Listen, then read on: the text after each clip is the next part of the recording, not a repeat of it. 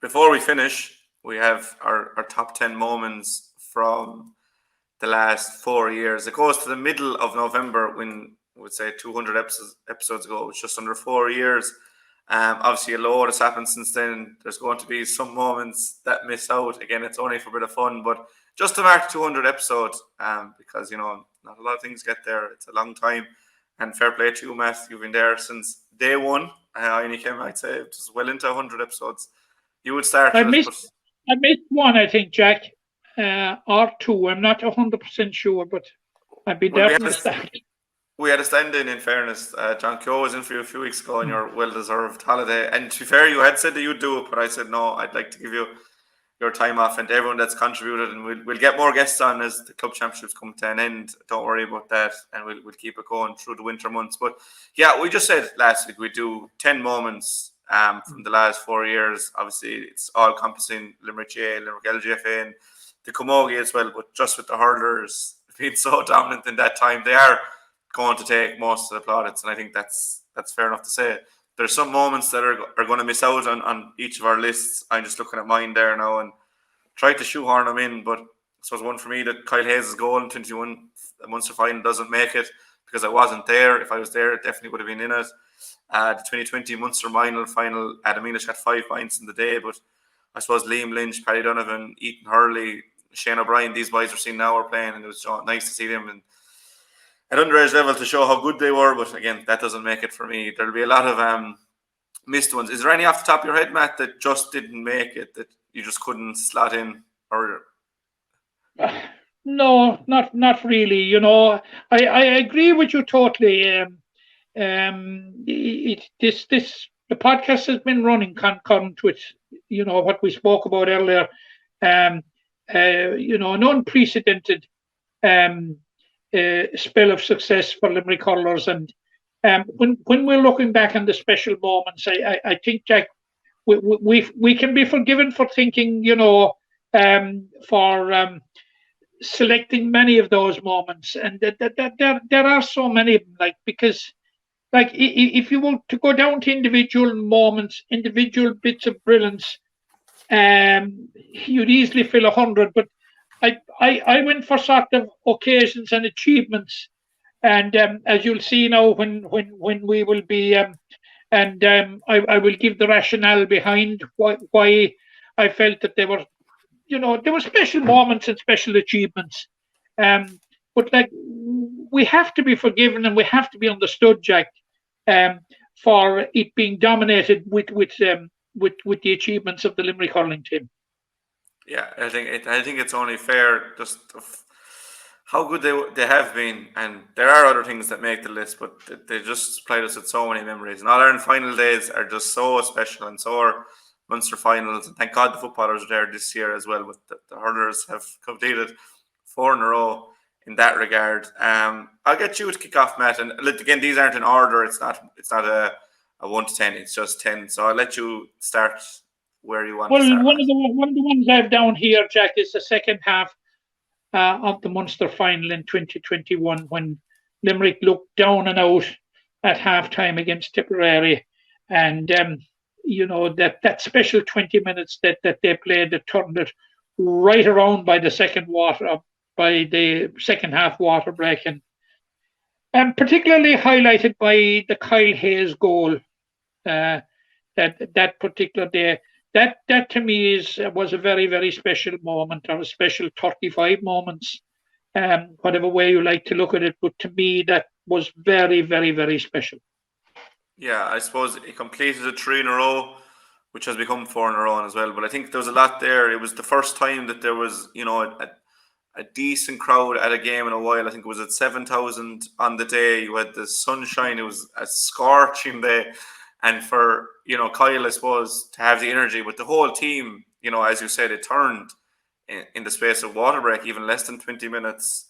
They get 111 or something in that time, Matt. And I'm prefacing this with a moment that'll come down the line. But was it the best, I suppose, performance over a short period that you've ever seen, or was it usurped later in the year? Well, it was. You might be second guessing me on that one. and I'll come to that later. But I'll tell you, it ranks up there with one of the really, really great performances, because Tipperary was so dominant in the first half, and particularly Jason Ford, like who do no wrong. Like he could nearly literally hit the ball towards his own goal and to go over the Limerick bar. But yeah, that to me was very, very, very special, because the pessimist in me had thrown in the towel. Um, well, you were down 10, 11, 12 points, and the way Tipperary were playing, I couldn't see it being turned around, but by God, it was. Yeah, it definitely turned around. I suppose for my first one, I'm gonna stick with the Tipperary in a Munster final, and I'm gonna go for 2019.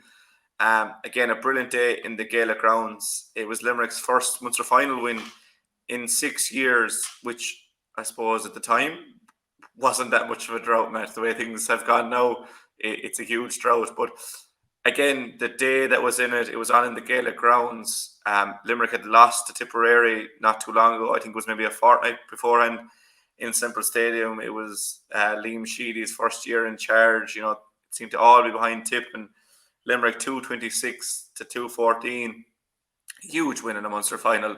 12 points against Tipperary, like that doesn't come around very often. But again, Kyle got a goal on the day. The other goal, I'm struggling to think who got the other goal. You might help me out there if you can remember it. But Nicky Quaid, I remember, made a point blank save on Shane McCallanan, who had got a goal in the first half as well. It was Peter Casey got the other goal.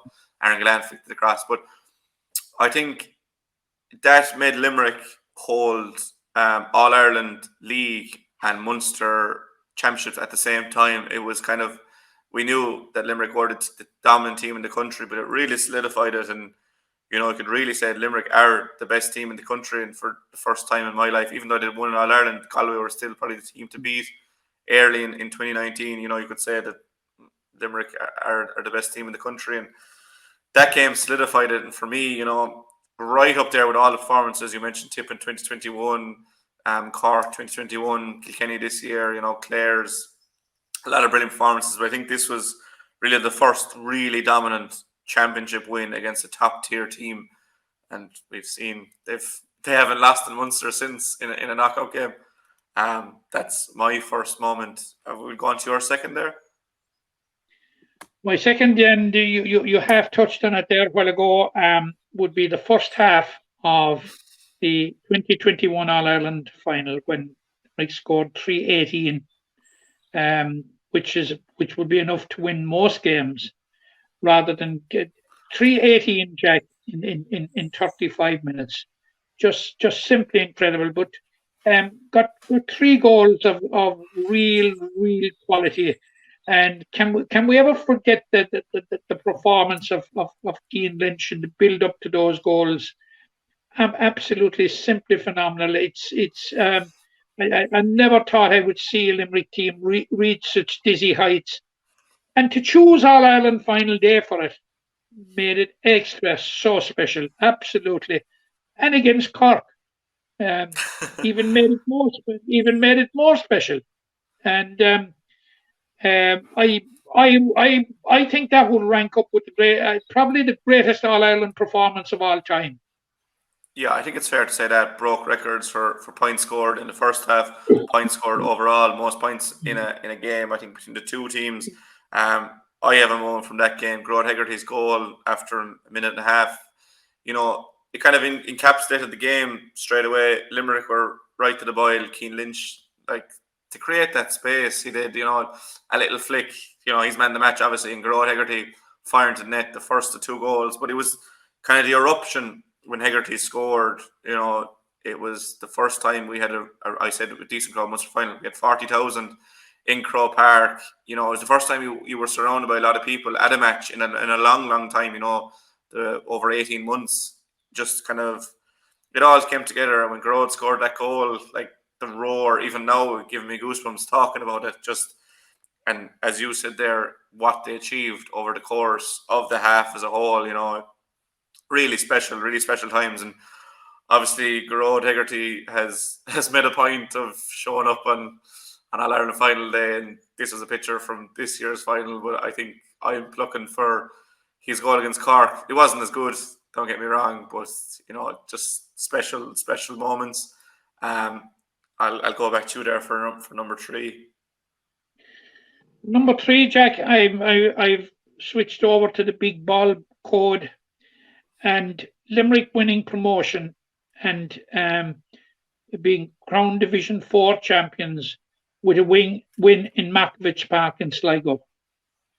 I thought was a phenomenal achievement for a couple of reasons. First of all, Markovich Park had been the graveyard of Limerick hopes for so many times prior to that, and above all, I think just to put the achievement in perspective, it was achieved when you think of where Limerick had come from. A couple of years earlier, Limerick had picked up 3 points in the league, Jack, from a draw with London and a win over Waterford, and it was a sense of where Limerick had come from and where Billy Lee and his management team had brought Limerick, and sort of brought him to the promised land, if you like, because certainly the expectations in Limerick football at that particular time were very, very modest. And they did win the McGrath Cup earlier in the year, but they confirmed that kind of form. They translated it into the league and won promotion to Division 3, which, to me, it was a giant step at the time, and the way it was achieved, I think I regard it as a special moment. And you're probably not surprised that I've said that, because I've said it a number of times in the podcast already. And of course, the rest is history. We know what has happened since, for the promotion to Division 2 for next year. But that would be one of the standout moments during the life of the podcast for me. Yeah, and I'll go with the 2022 promotion. And you rightly say it like that. 2021, it didn't kickstart the journey, because I think the McGrath Cup might have, but I wasn't there, as I said, in Markovich Park. It was during the lockdown and all that. But I'm gone for this year's promotion, beating Fermanagh in the Gaelic grounds. And, again, a brilliant display by Billy Lee's men. And, Robbie Burke had saved it a week earlier with the win in Laois to bring it to the final day. And Limerick knew a win would be enough. And, a really composed performance, like the one in Markovich Park was, that they were very confident in their own ability, never got ahead of themselves with promotion on the line. And I think afterwards, to be able to go onto the Gaelic grounds, feel obviously the support for the footballers isn't as big as the hurlers, but it's a very tight knit community. It's so many people, and to be out in the field surrounded by the players and see them celebrating, and to see Billy get a second promotion in 3 years, it was a really nice moment for Limerick football, and one that we can start to have more. That's 2 in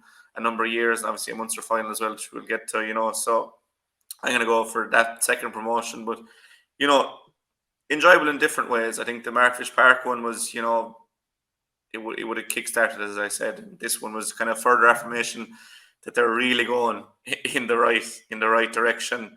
I'll move on to my next one, and from this year, I'm going to go with Declan Hannon's point in the 2022 Munster final against Clare. Ultimately didn't win the game, but Declan Hannon has been such an integral part of Limerick, captain 4 in a row. Not a week goes by we don't mention him, and he's just been, alongside John Kiely, the face of this revolution of Limerick hurling. He's just a supremely talented hurler, first and foremost, such an eloquent speaker, the leader of this team. But I think his talent kind of goes under the radar sometimes because of how good he is off the field as the Limerick captain. But that score, game in the melting pot, a surreal experience blow in like a cauldron in Semple Stadium against Clare. A throwback to the great Munster finals against Clare in the 90s, and Hannon to launch one over from 100 yards. We had to wait a bit longer for him to make his speech because of Tony Kelly's rocks to the other side. But I think it would be remiss to go without mentioning Declan Hannon. So for me, that's one of the best moments from the last 4 years. His score against Yeah, Clare. yeah, I agree. Absolutely fantastic, and I agree with your analysis of Declan Hannon because he's such a good player, and he makes it all look so easy. And like we talk about um, the input of players into teams and what have you. Sadly, we won't realize. I think some people won't realize how actually good Declan Hannon is until Declan Hannon has hung up his boots. Yeah. He's until we go about replacing him because he's a centre back for the ages. He's a captain for the ages. Absolutely fantastic. I couldn't agree more with you. But as you were more leaning towards individual moments, whilst I went more towards occasions, as you can see. But I I just want to endorse everything that you said about Declan Hannon and more. Yeah. I've a few there individual and a few in our team, but I get your fourth one there. Yeah, my fourth one is that, like in the 60s, Jack, we were on a diet of Limerick CBS reaching All Ireland Colleges finals and winning All Ireland Colleges finals. And it looked as if that was something that was a thing of the past for Limerick until this year, after a few close, flirtations with making the breakthrough. Ardscoil Reach with a fine team, despite losing the Hartley Cup final to St. Joseph's from Tulla, regrouped and won the All Ireland. And for me, it was a very, very special occasion because it was a team that will have, the 66 team of CBS, fed into the All Ireland success of 1973. And like some excellent players, and you mentioned Shane O'Brien there earlier, and you've Cian Scully, and we spoke earlier about Mikey Gavin. They were all part of that team, and JJ Carey, I think he made his Napier debut at the weekend. So to me, it was a special moment that 56 years on from the previous success, that the Croke Cup was returning to Limerick. And to me, it has been one of the highlights of the last 4 years. Yeah, no doubt. We've mentioned, as you said, so many of those boys in the podcast, even alone today, that they're the future of Limerick hurling, and it's great to see a Limerick college, do so well. And Ardscoil Reach, to be fair, have been the backbone of that Limerick team. Was it 11 from Ardscoil Reach were on the 2018 team? And there's a huge influence coming through. So credit to them. I'll get you to go on to your fifth one there while you're at it. My fifth one is very, very hard to pin down, but I will give you the rationale behind it. When I was in the Limerick dressing room in Croke Park in 2018, Jack, which predated the podcast, I got a message on my phone that Martina McMahon had won the World Championship. had You might start that again there because you blanked out there. You got a message from your phone during the All Ireland or after the All Ireland. Yeah, just 1 second now, Jack. I was changing something here, but I think I know where you're going with this. On you go there. You were in the dressing room. Yeah, I was in the Limerick dressing room in Croke Park, and I got a message on my phone that Martina McMahon had won the All Ireland. Now I know that predates the podcast, but what Martina McMahon has achieved since, I think, Jack, to me is special. And as late as a week ago, when she won the All Ireland softball singles and became just the third person to win it 5 times, she has broken so many barriers in handball over the years. It's just simply incredible. She's one of Limerick's greatest ever sports people, Jack. And the sad thing about it is that her career and her career at the top is running concurrent with the achievements of of the Limerick senior hurling team, and it's sort of getting lost in it. But I think it's only right that we should note what the achievements of Martina McMahon have been over the 4 years. And to me, they are special, and none more special than when she joined that elite club last couple of weeks ago, of just becoming the third woman to win five softball singles, All Ireland softball singles, with along with Katrina Casey and Bernie Hennessy of Limerick. And we going forward, we would certainly hope that come 12 months' time, Martina McMahon will be the only one in six. She's quite capable of, but she's been dogged by injury, she's been dogged by the pandemic, but what she has achieved in handball is absolutely phenomenal. And to me, Jack, that is one of the highlights of our period doing the podcast. Yeah, I couldn't have said it better myself. She's been, a real role model for Limerick, as the best handball player in the country. It's hard. Individual sports are very, very difficult because you've no one to fall back on if it's not your day. But she's just high consistency, like the Limerick hurlers, to be fair to her. For my fifth one, and I actually didn't have it in my list that I told you before going on, I had Aaron Gillan's goal against Waterford in 2019 league final, but I've actually switched it out for the 2020 All-Ireland final. I suppose it was a strange day for us all. Behind closed doors in Glenroe Park. I wasn't there myself. I wasn't working, so I wasn't one of the privileged few that got in there. But there's Seamus Flanagan celebrating. But it's really surreal thinking back that I watched Limerick in All-Ireland final in the lock. With a group of my friends with our Limerick jerseys on.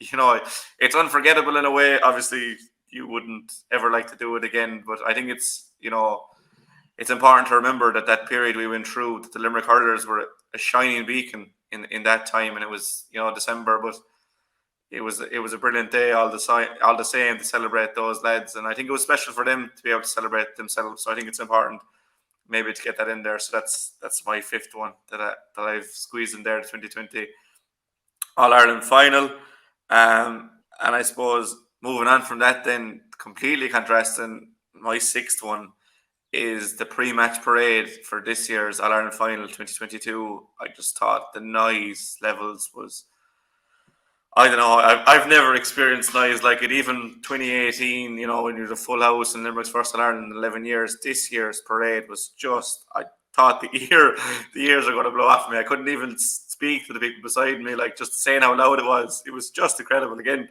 goosebumps talking about it now. I think obviously the semi-final had a huge crowd, maybe 50,000, and the previous All-Ireland had 40, and the Munster final had a fair crowd as well. But this was full house All-Ireland final day. Everyone just simply focused on the hurling. There was no outside interference for the first time in a few years, and as the team walked around, if it had a roof, it's cliche to say, it would have came off. So yeah, the parade for this year's All-Ireland final is definitely up there for me.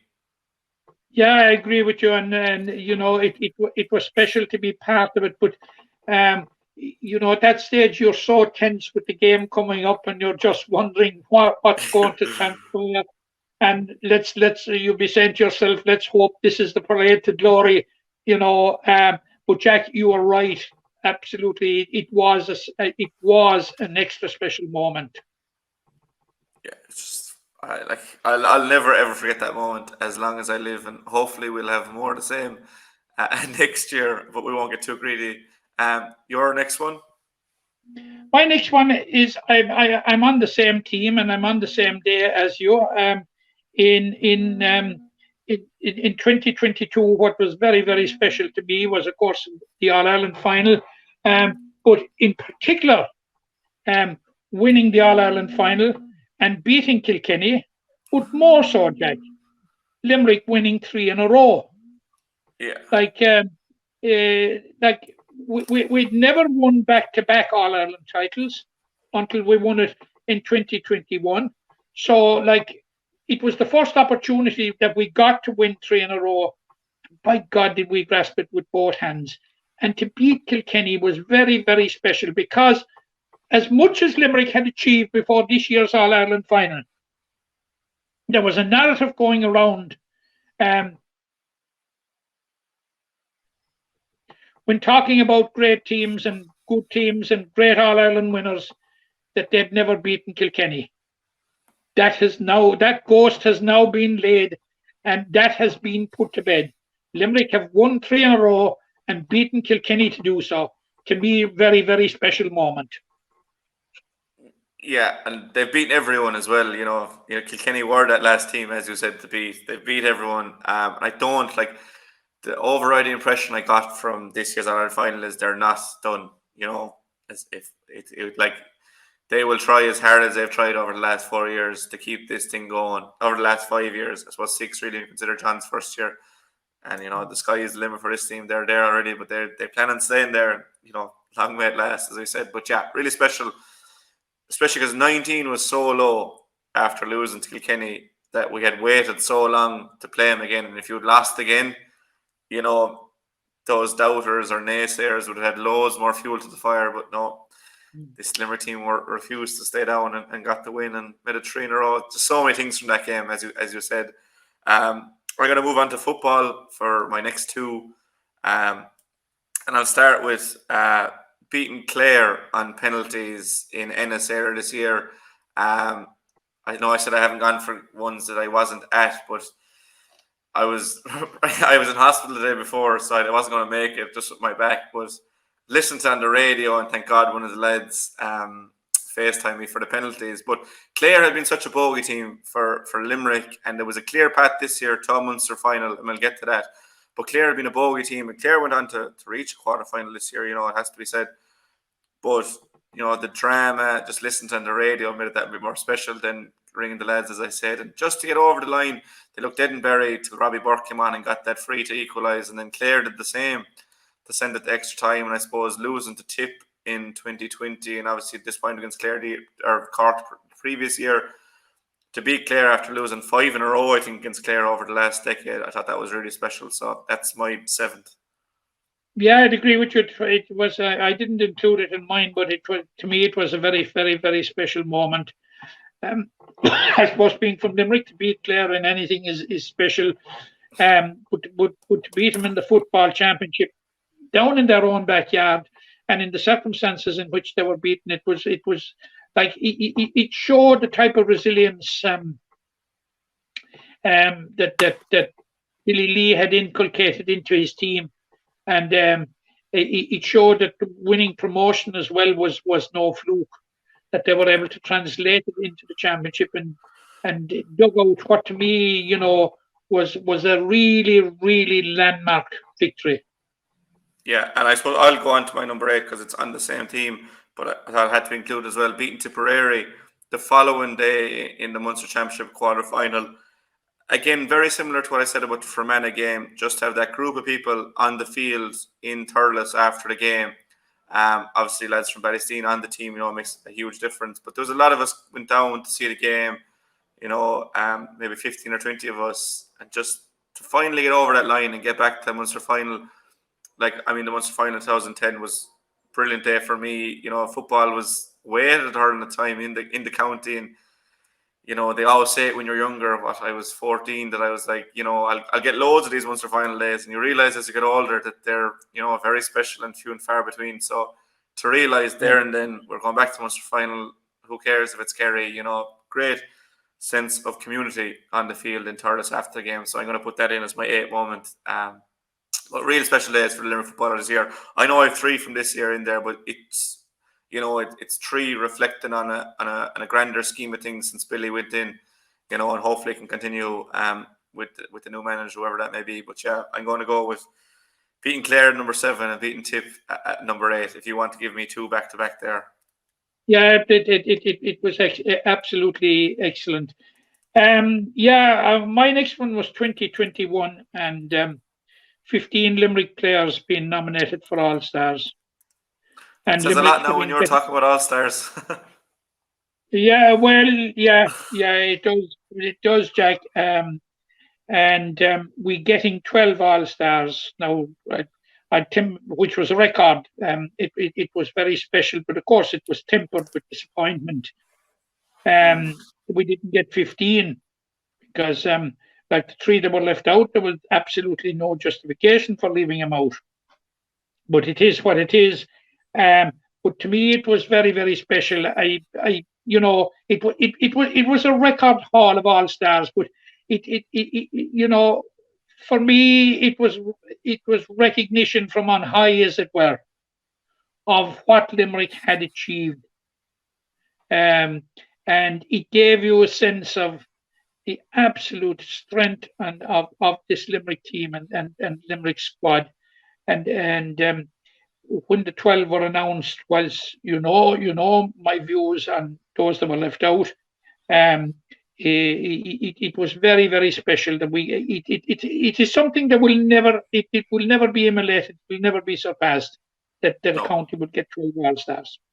And just on that point, because I know I mentioned Declan Hannon and Growth Hegarty and stuff, but Cian Lynch was obviously named Hurler of the Year at the end of that year, 2021. Like, he's been a real backbone of Limerick. He was obviously there in 2013 when Limerick won that Munster final, their first in over nearly 30 years. I think it was 28 years, I think. Obviously with Ardscoil Reach as well, with the 21s going on to win the Hurler here in 2018. Like, Cian Lynch has been a real figurehead in this whole Limerick revival, and best luck again with his injury. But how would you compare his 2021 to any of the great years that we've ever seen, the likes of Brian Whelan and Henry Shefflin and Tommy Walsh and these boys? Like, for me, it's the best year of hurling I've ever seen from anyone. He was just incredible all year. Absolutely. I haven't a doubt on that, not even the slightest doubt, Jack. You know what my views on Cian Lynch are. Yeah. And where I rate him. In the galaxy of hurling stars, absolutely number one. And I've been saying that, to me, Cian Lynch must be the greatest hurler that ever played the game, and I stand over that. And for that reason, what he achieves does not surprise me, because he's just very, very special. We should enjoy him, and to think that we won an All Ireland without him, gives you a sense of how strong the Limerick squad is. And look, I have said my bit on that, and my views are well known. And so, something, Jack, I sometimes get criticised for it, but I'll take it on the chin. Very, very seldom now. There's an awful lot.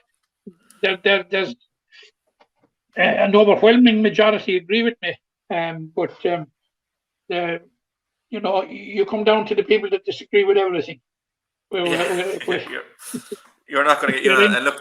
The thing with Cian is we're into that territory now, Cian has a lot of years to, I suppose, further solidify his status as not only one of the greats, but potentially the greatest. But going on to your eighth one. But Jack, when you're talking about Cian Lynch, we won't go away from him for a minute. He's a role model in so many ways. He's a role model in so many ways. The way he, the way he carries himself, what he does, around the county. He's just a phenomenal young man, as well as being a phenomenal hurler. Yeah, he's got it all going for him, in fairness, and he's second to none on the field. Your eighth moment there, Matt? My eighth moment has been very, very recently, Jack. I honestly thought, and you were there, Jack, it was an absolute privilege to be in Ballygran last Saturday and to see Kyle Hayes scoring 10 points for play. I think it was an absolutely, it's been so much spoken about during the week and since, and people sort of in disbelief now. Could a hurler actually do it over 60 minutes? But by God, we witnessed it. And, they were all from play. They were all of varying quality, of high quality scores. Some absolutely phenomenal scores. To me, it was a privilege to be there. And I know it's only 7 days ago, or less than 7 days ago, 5 days ago, 6 days ago. It was one of the highlights of the last 4 years to me, Jack. That Yeah, that to see a player, do what he did last weekend. I think it was just magnificent.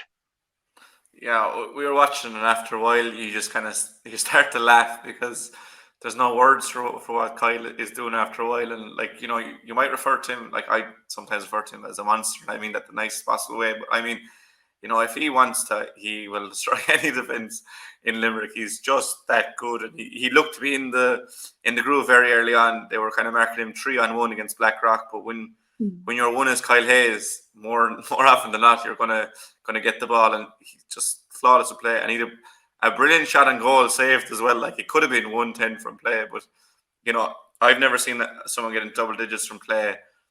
And Kyle, I still think he's more of a defender, which is kind of the scary thing about it all. But yeah, it was one for the ages, Matt. One you'll say, I was there when he got those 10 points. Flawless performance. Those around me, I had to check with him a couple of times. Was what was unfolding in front of us for real? It was so special, Jack. You'll be a long time around this game now. I'm on the exit lounge, but the departures lounge, whatever you like to call it. But I'll tell you, I don't think you'll ever see that feat emulated. And it was just the work and the doing of a very, very special player. It was magnificent now to watch. Yeah, it was brilliant, it made my weekend. Absolutely, yeah.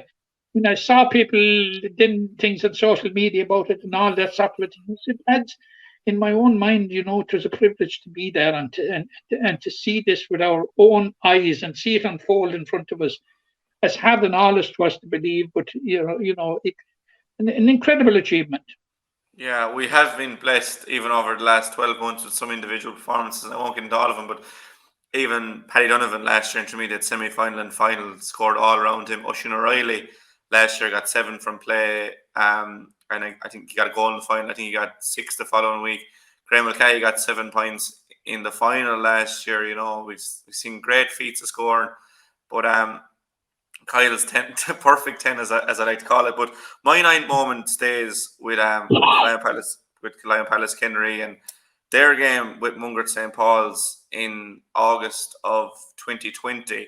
Back in Clorina, like ever outside of the game, which was brilliant. It was such a spectacle, and I think it was right off again. They got the late winner for Munster St. Paul's, but to be back at a game after, I suppose in February it kind of ground to a halt, or maybe March, but we'd spent all summer, we were locked in our rooms in our homes for weeks and weeks, and we weren't able to see our friends for that long, and we weren't able to go to matches, something we'd become so accustomed to. And to finally arrive back in Clorina, there might have been 200, 300 people, because there was a limit on people. I was one of the lucky few to get in there. To get back to the club action was really special.